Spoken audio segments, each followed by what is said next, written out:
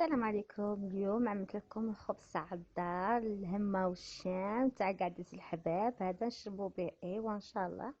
اولا نقص لكم قريده قدامكم تشوفوا كيفاش جا ان فغي بريوش برونج.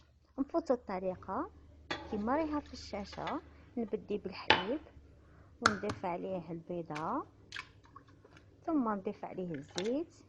ساهل هذا الخبز ويجي ناجح. ونضيف عليه الملح تاعنا والسكر والخماره تاع الخبز ونجمع بالفارينه.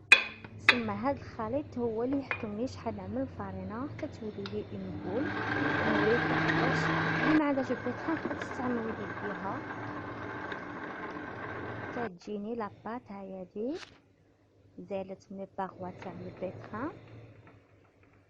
هي هنا نعمل شويه زيت في يديا ونعملها تخملي ونغطيها. هاهي خمرت لي نلفها في السميده تاعي الموين.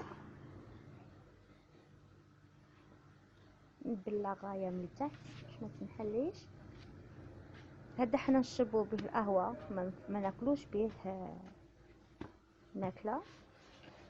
وندهن الصينيه تاعي بالزويته ونعمل الخبيزه تاعي ونطبعها بلا بوم ديما كما راكم تلاحظوا. وبواسطه خدمي نقصص هيدا الشرائط. هاي تبعوا لا فيديو تنجحوا في العمليه. يجي رائع هذا الخبز همي.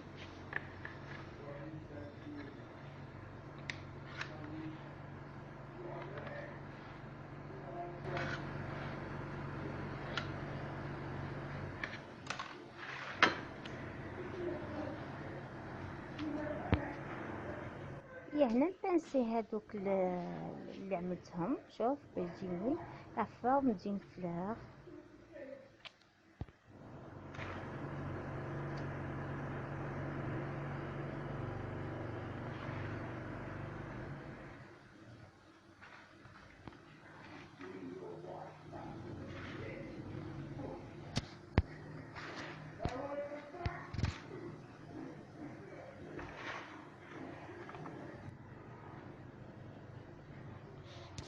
ولا فورم لي فورميها لها افيراستي كومالي.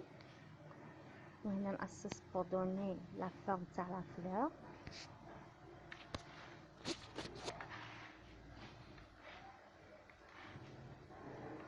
هي بواسطة غرفيان ابوي تري بيان او ميليو بور دوني لا فورم تاع وردة عباد الشمس.